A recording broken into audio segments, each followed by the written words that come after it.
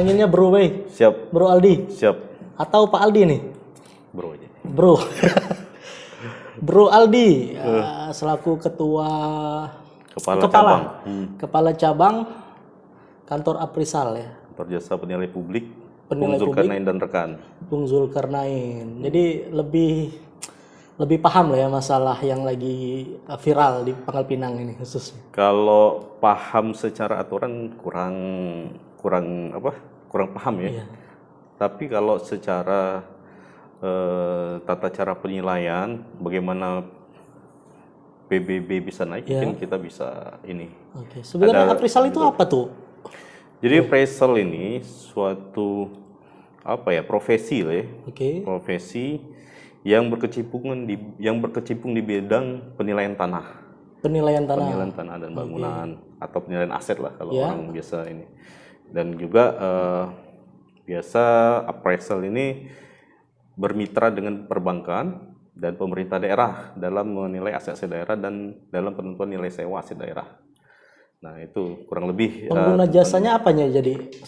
Jadi pengguna jasa appraisal itu adalah bisa pemerintah, bisa perbankan, bisa pribadi ataupun pihak-pihak apapun yang membutuhkan penilaian aset. Berarti bisa untuk ini juga bro ya untuk pembuktian di persidangan, misal nilai aset atau apa? Bisa kalau biasa di persidangan itu appraisal dibutuhkan ketika untuk untuk lelang ya.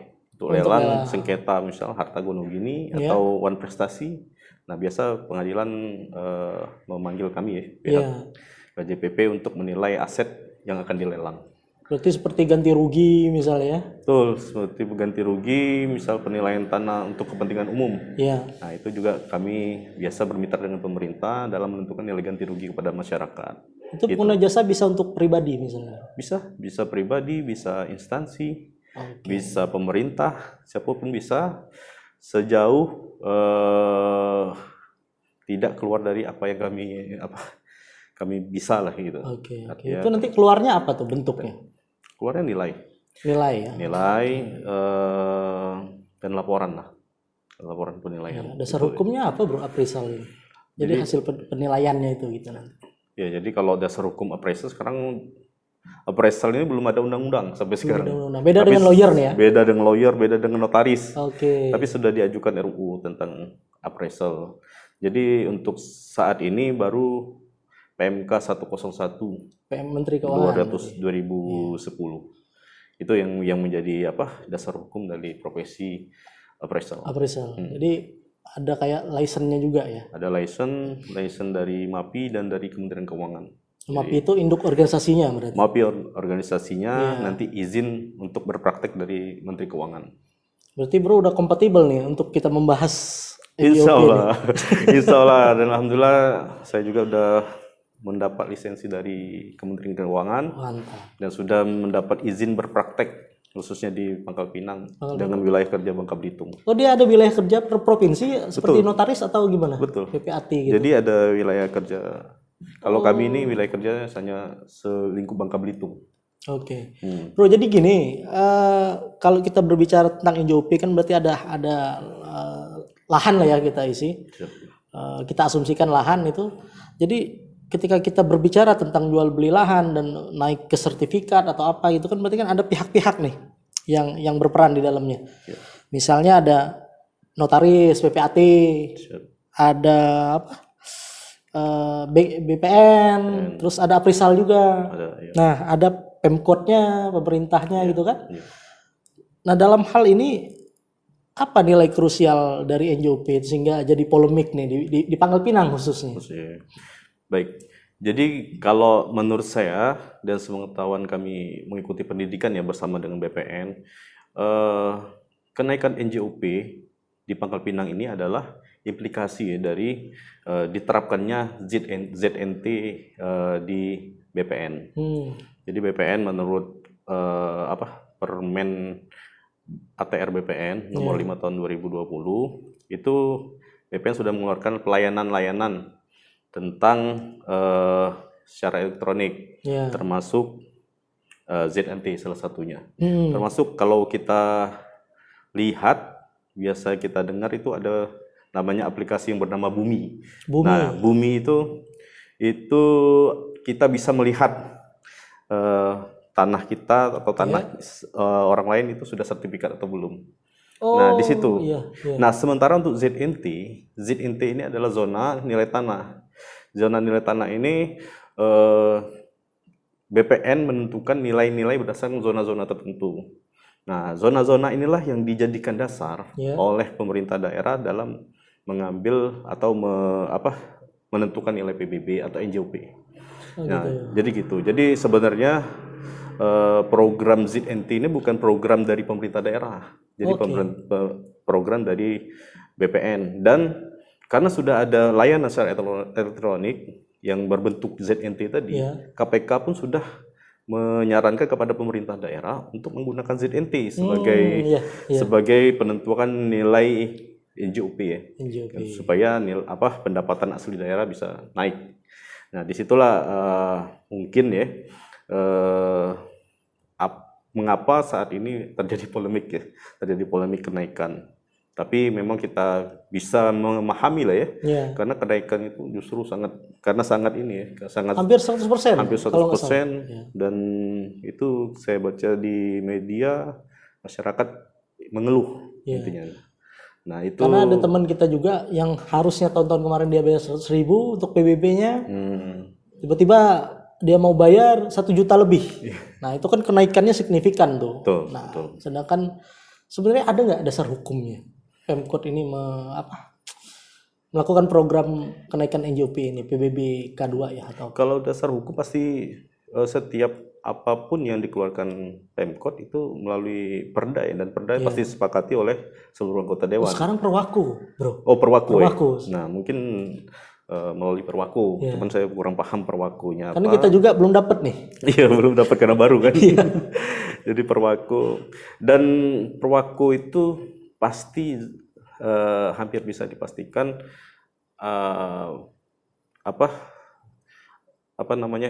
ke ZNT tadi. Untuk menentukan nilainya. Itu kalau saya orang awam nih, bro, ZNT ini apa? Jadi maksudnya apakah yang di pinggir jalan berbeda dengan yang masuk gang atau gimana maksud lokasi tanahnya ini? Makanya seperti saya katakan tadi, ZNT itu nilai tanah berdasarkan zona.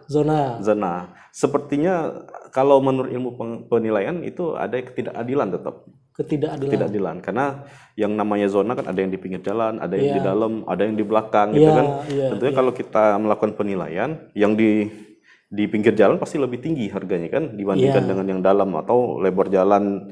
Banyak inilah kalau kami penilaian itu banyak adjustment lah yang akan menentukan nilai pasar. Pertama lebar jalan. Yang kedua luas tanahnya, luas bangunannya, terus bentuk tanahnya, elevasinya dan sebagainya. Banyak. Cuman kalau ZNT ini saya kurang paham bagaimana cara menentukan, tapi dia per zona. Nah, di sini pasti ada ketidakadilan kalau per zona.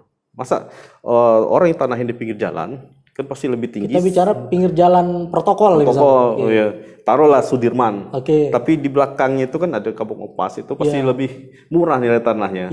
Betul. Oleh ZNT karena zona dihitung per zona, jadi sama antara yang Sudirman dengan yang di dalam dengan yang di belakang itu ada sama. Jadi di situ tetap ada ketidakadilan akhirnya.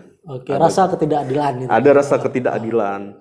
Makanya harusnya kalau menurut hemat kami, kalau memang pemerintah ingin menerapkan ZNT ini, itu memang harus detail per objek atau per lingkungan, jangan per zona yang sangat luas tiba-tiba ditentukan sama. Tentu kalau masyarakat yang di dalam yang nilai tanahnya tidak seberapa akan keberatan membayar pajak sama dengan nilai tanah orang yang ada di pinggir jalan itu. Karena beda juga kan harga 10x15 di Opas sama 10x15 di Jalan Soekarno-Hatta. Sudirman bener. Walaupun berdekatan, walaupun dalam satu zona, itu pasti berbeda nilainya. Harusnya berbeda. Makanya tetap ada ketidakadilan. Maka pemerintah pun sebenarnya harus mengkoreksi nilai-nilai ini. Jangan terpaku pada satu nilai ZNT atau dalam satu zona saja. Harusnya ada adjust lah. Di dalam berapa,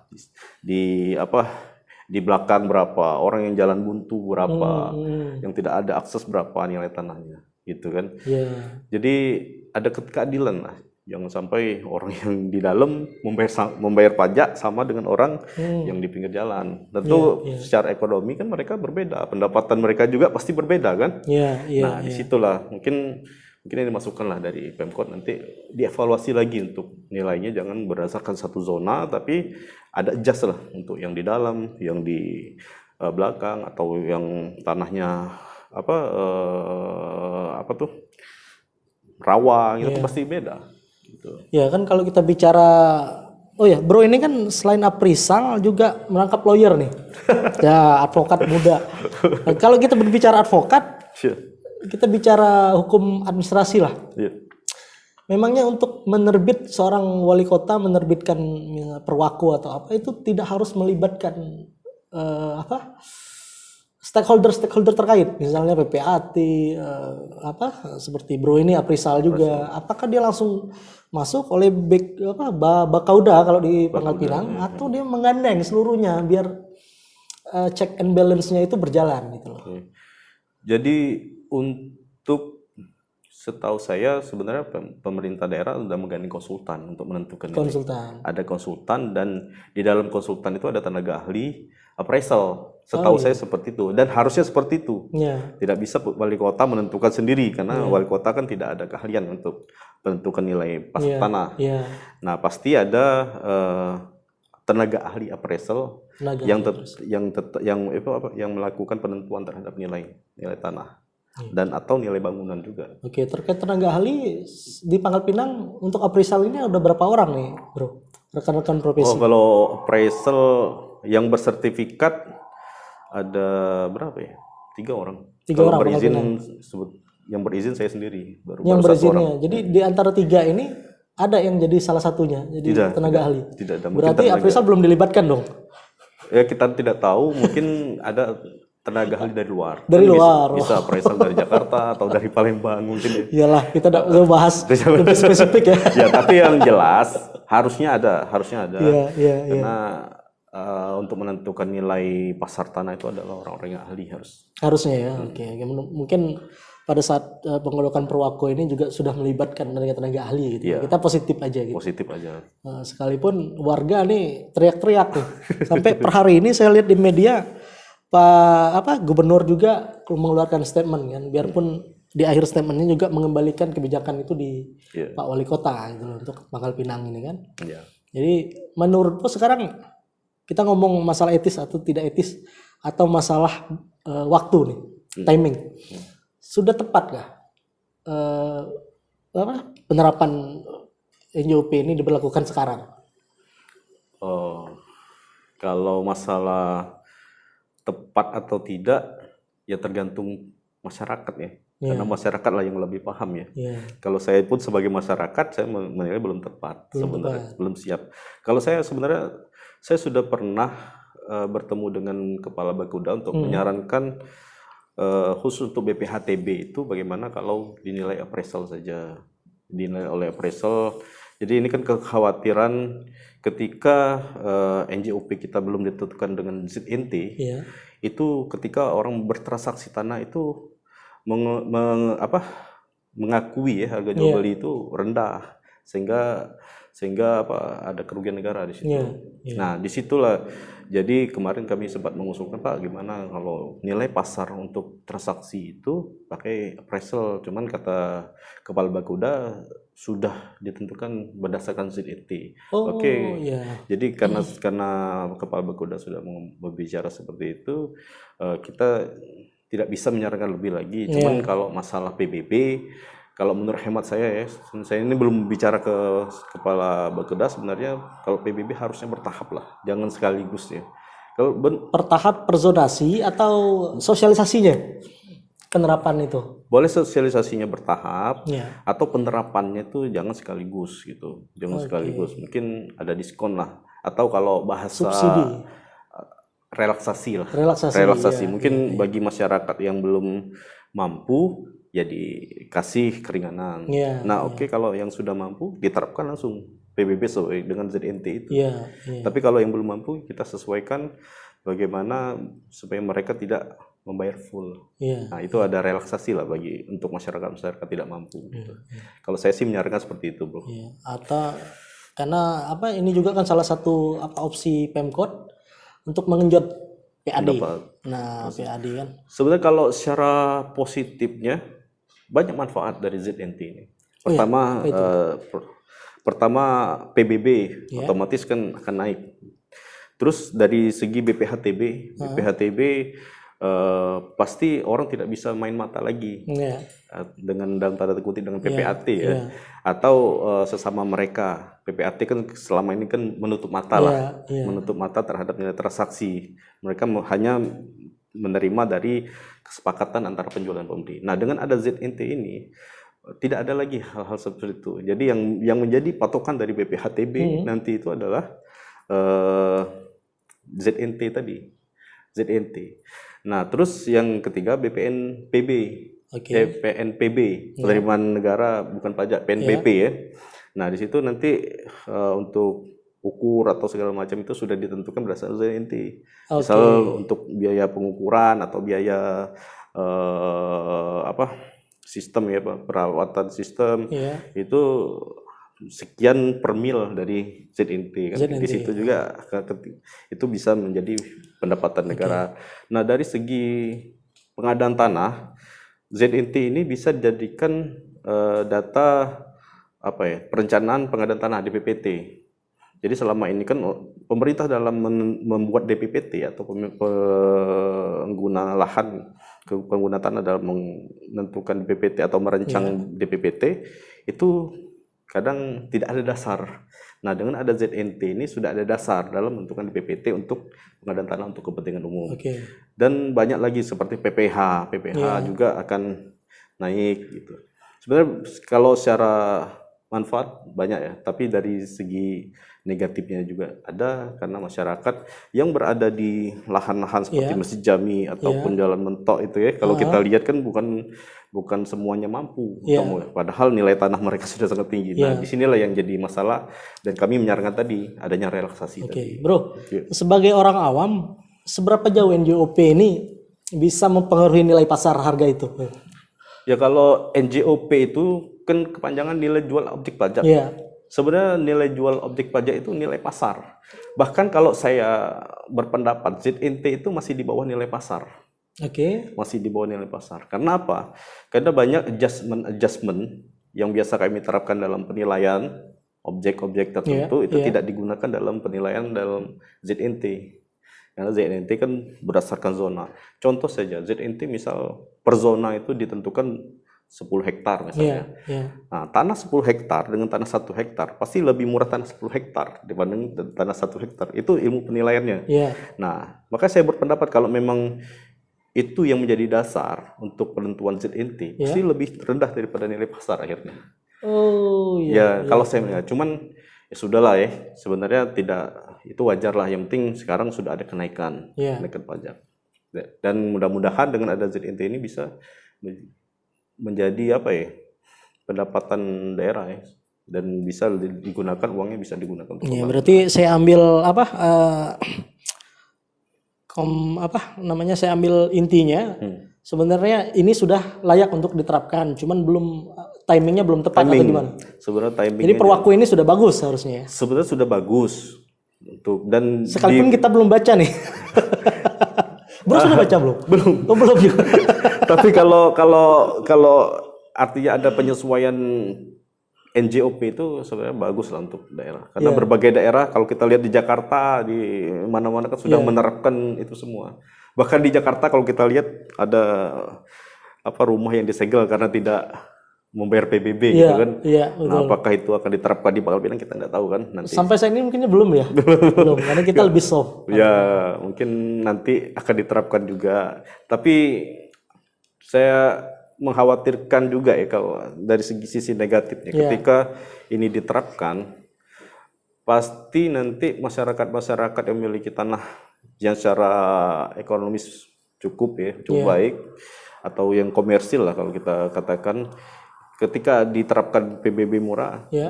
tidak bisa membayar PBB dan akhirnya nilainya akan semakin turun karena kayak kita mau jual mobil ya, Ya. ketika pajaknya tidak lunas pasti Betul, lebih murah. betul, Nah betul. itulah nanti. Oh, artinya ada dampaknya juga Ada ya dari dampak, situ ya. pasti ada dampak ketika itu tinggi kan pasti nanti pajaknya kena denda terus kan pasti nanti nilai jual tanahnya pasti berkurang nanti karena pembeli juga akan memikirkan pajak yang akan dibayar kayak gitu. Iya. Bro, ngopi dulu kita. Mantap. Sip. Jadi selain appraisal nih, bro juga advokat nih. Gimana? Apa kabar aktivitas advokat gitu? Kayaknya lebih asik ke appraisal nih sekarang. Justru sekarang lebih asik ke advokat. Lebih asik ke advokat. Nanganin perkara apa, bro? Kalau perkara banyak perdata lah ya. Ada satu tipikor lah. Pidana. Iya, pidana yang dinas kesehatan kemarin. Dinas kesehatan. Yang baru-baru ini. Oh iya. Iya, salah satu kabupaten. Kabupaten atau provinsi ini? Provinsi. Iya, soalnya kemarin ada wartawan nyari kita. Nanya nomornya saya kirim. Oh, berarti bener, bro. Iya. Soalnya kalau kita bicara advokat, nama Aldi ada 2 ya kalau nggak salah ya. Yeah. Betul. Mungkin Aldi yang ini ya ternyata benar. Iya. Gimana itu perkembangan? Sekarang lagi ini sepertinya sudah kalau Masuk klien ke persidangan atau belum? belum. Kalau klien kami sudah nggak diperiksa lagi, sudah berapa? Mungkin dari saksi-saksi yang lain nih. Oke. Itulah banyak perdata dan sekarang juga ada beberapa perizinan yang kami urus lah. Itu Perizinan juga. tambang, perizinan rencana juga ada perizinan untuk Tinslek kayak yang itu. Yang kita bicarakan kemarin. Iya. Iya. Dan ada rencana investor mau masuk ngurus perizinan untuk ini pengolahan sampah menjadi bio solar nanti. Mantap. Lokasi di mana rencana? Ketapang misalnya. Oh, kawasan industri dong berarti ya. Kawasan industri. Cuman karena COVID ini investornya agak berhalangan. Tapi dari luar nih. Dari luar. Mantap. Ya itulah kalau aktivitas sekarang banyak ngurus perizinan lah, bro. Ngikut inilah. Ikut Kita jadi narasumber deh sekarang. Jadi bikin podcast nih. Karena nggak ada kerjaan. Johan Suwanto kan walau nggak ada sidang tapi klien mantap. Dinikmati aja. Iya, siap. Jadi memang Bro Aldi ini kita sempat partneran dulu kan. Iya. Seperjalanannya waktu kita pisah gitu kan. Tapi hubungan komunikasi silaturahmi tetap jalan gitu. Berapa menit? 22 menit sudah. Berapa menit target? Udah lebih dari cukup nih, Pak. Kalau diedit panjang. Tapi enggak perlu diedit yang tadi ya. Jadi fokus aja langsung, nanti kita coba cari kira-kira siapa lagi nih yang cocok untuk membahas NJOP ini, Bro? BPN. Kalau BPN, BPN. Ya? Kalau dari Bakauda atau Pemkotnya? Bakauda boleh, Pak Budi. Terus kemarin ketua PPAT, kalau salah PPAT Pangkal Pinang itu juga protes tuh. Karena ada statement salah satu dewan kota yang menyatakan ada oknum-oknum yang bermain di NJOP ini atau kepengurusan. Bukan, yang BPHTB tadi yang saya jelaskan tadi. Jadi kayak notaris ini kan menerima saja data transaksi dari ini sehingga BPHTB-nya jadi tidak ada dasar akhirnya. Dari pengakuan saja kan transaksi. Mungkin bisa lah nanti dipanggil ini untuk mungkin konfirmasi lah, klarifikasi gitu kan. Nanti marah juga dia dengar aku tadi. Enggak seperti itu. Kalau ke PPAT notaris itu kan rekan kita juga, biarpun beda jurusannya gitu kan. Iya, ada masalah, tapi fakta seperti itu memang. Faktanya memang notaris itu tak ada dasar. Jadi sesuai dengan apa yang diakuin oleh ini, misal harganya penghadap ya berarti ya. 1 miliar harga tanah. Mereka cuma naruh 500 juta, percaya aja. Berarti nggak ada checks-nya berarti. Ada. Maka dengan ada ZNT ini kan ada dasar. Jadi sudah ada dasar. Oh ini kalau di sini misal jalan Kobak sekian JNT-nya. Jadi mereka udah punya SOP gitu kan, standarnya di ini gitu, zonanya ini. Bahkan di di Permen ATR nomor 5 tadi tahun 2020 itu salah satu penggunanya adalah PPAT dan notaris. Nah, jadi ada beberapa lah, ada pemerintah, ada PPAT notaris, ada lembaga survei, ada pemilik tanah yang dan itu harus mendaftarkan diri dulu untuk bisa mendapat akun itu di BPN. Termasuk appraisal? Termasuk appraisal. Iya. Kami bahkan dengan ada ZNT dimudahkan dalam mencari data banding. Jadi penyeragaman nilai lah nanti. Karena sudah ada zona-zona nanti untuk mencari data. Itulah. Karena kita bahas ini dengan dengan narasumber yang compatible. Karena kita lihat di grup-grup WA itu isunya udah lari kemana-mana. Jadi kita coba nahan diri kan. Di grup ngopi lah, salah satunya paling ramai ini. Jadi daripada kita akan membahas yang sudah melebar, kita datengin nih. Kalau saya sebenarnya tidak ada kompeten, cuman dari segi penilaian aja. Dari segi penilaian ya wajib lah. Karena kan ketika kita lawyer juga butuh untuk perhitungan aset, perlu jasa bro juga nih. Kan? Nah itu satu lagi lupa tadi, JNT itu tidak bisa digunakan untuk di pengadilan, untuk tipikor, untuk menentukan kerugian negara pada tipikor, dan untuk menentukan nilai lelang, nilai pasar untuk lelang tadi. Apa satu lagi? Artinya tidak bisa. Kenapa itu? Karena memang ada disclaimer di situ. Kalau mau menggunakan itu, harus menghubungi BPN kayak gitu. Tapi kalau secara logika memang ketika itu digunakan untuk menentukan kerugian negara itu karena space-nya masih sangat jauh itu, sangat rentan. Karena kalau kami untuk menentukan kerugian negara bisa sangat detail itu. Penilaiannya data itu sangat detail. Ada beberapa lah sekarang yang kami menjadi ahli gitu kan untuk menentukan kerugian negara dari beberapa perkara korupsi tipikor gitu kan. Nah kalau ZNT ini memang sudah ada disclaimer nggak bisa dimanfaatkan itu, termasuk untuk aset Pemda pun nggak bisa. Jadi ZNT itu pun tidak bisa digunakan untuk menentukan nilai aset Pemda. Jadi ini memang murni untuk pajak. NJOP, PBB, BPHTB, PPH, dan PNPB tadi, penerimaan negara bukan pajak, PNBP. Agak bingung juga kalau apa yang kita bayarkan nggak bisa nyambung dengan menjadi barang bukti atau alat bukti di persidangan. Tapi nanti kita akan bahas lah, kita akan coba cek, cross check lagi, kita bedah lagi gitu. Agak bingung juga nih, kita bayar tapi nggak bisa jadi alat bukti nih. Maksudnya? PBB kepemilikan untuk status kepemilikan lahan ya kan? Tidak bisa jadi bukti apa? Bukti otentik lah kalau adanya gugatan di pengadilan. Terhadap kepemilikan lahan itu.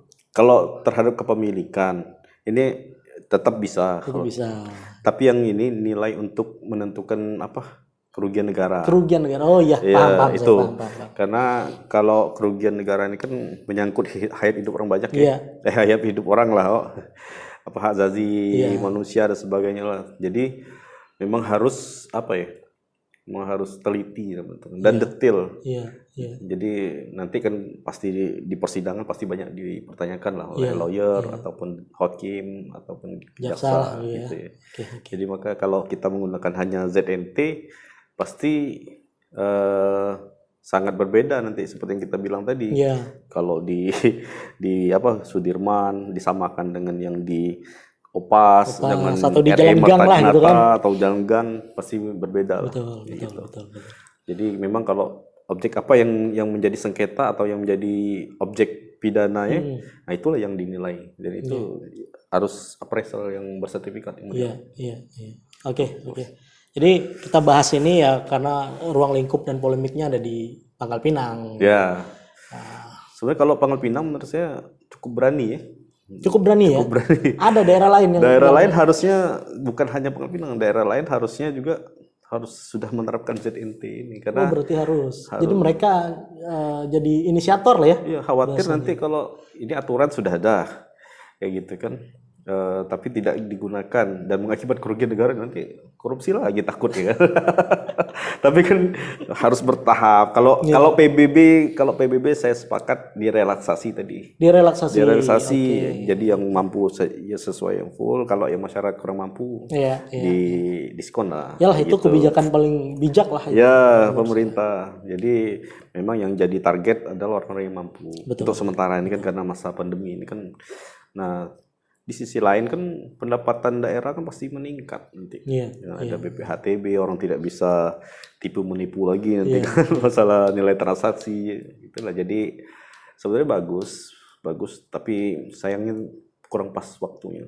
Tapi ada solusi tadi, relaksasi ya salah satunya ya. Kalau menurut kami nih Ini sebenarnya pengen bahas lebih panjang lebar lagi nih Bro Aldi. Cuman saya mau bahas yang ini. Apa? BPJS, kartu BPJS untuk jual beli, rubah nama, sertifikat segala macam. Tapi next time lah kita bahas itu. Ada kompeten.